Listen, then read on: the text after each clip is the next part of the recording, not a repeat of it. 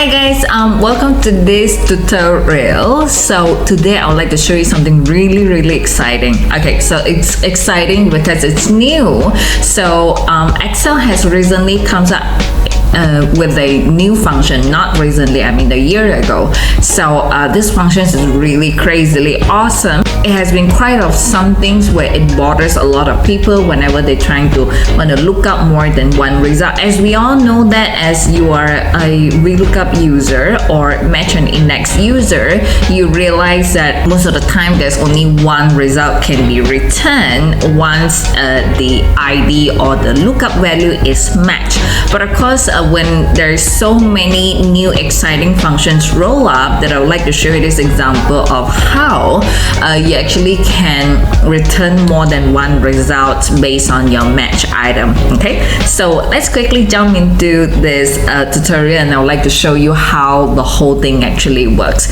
So within my worksheet right here, I have some purchase order number and the date that was being received, and also the subtotal. And right now I have a tiny report right here. I simply just want to show, as according to the particular purchase ID, I would like to know the date of received, and also I would like to know the subtotal right here.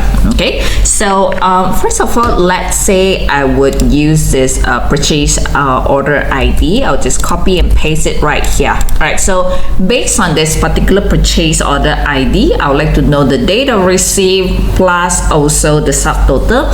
So end up we can sum up all the numbers right here. I guess I'll just get ready the sum though. So I will just start with equal and then sum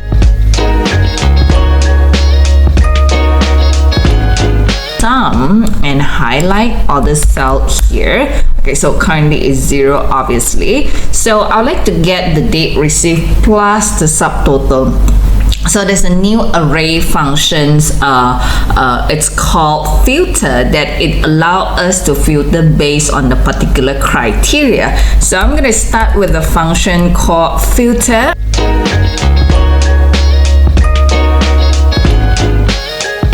And the array is going to be the array of which that you would like to extract out. Of course, I like to extract the date received. So hence I am selecting this area right here and then comma. So which part is something that you would like to run through this criteria and matching.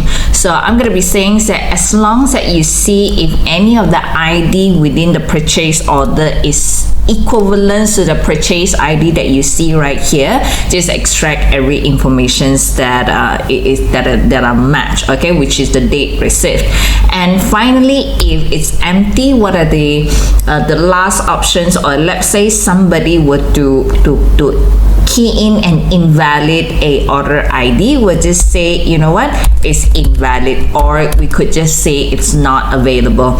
So once you've done and hit enter, right now it shows your date in a form of serial number. No worries, all you have to do is just highlight, maybe I'll just highlight the whole column and just go to the home tab and change this to a formatting of short date. Alright, so we need the subtotal.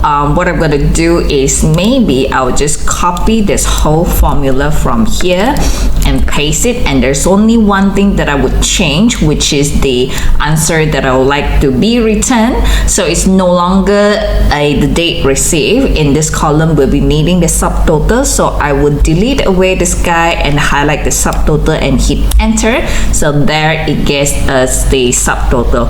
Now let's say I would enter in a purchase order which is invalid, and when I hit enter it just show as invalid.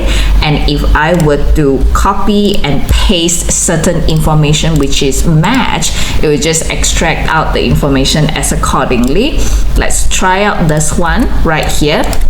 And that's how it works. Okay, so I hope you guys do learn something from here, and I'll see you next time. Thank you for watching.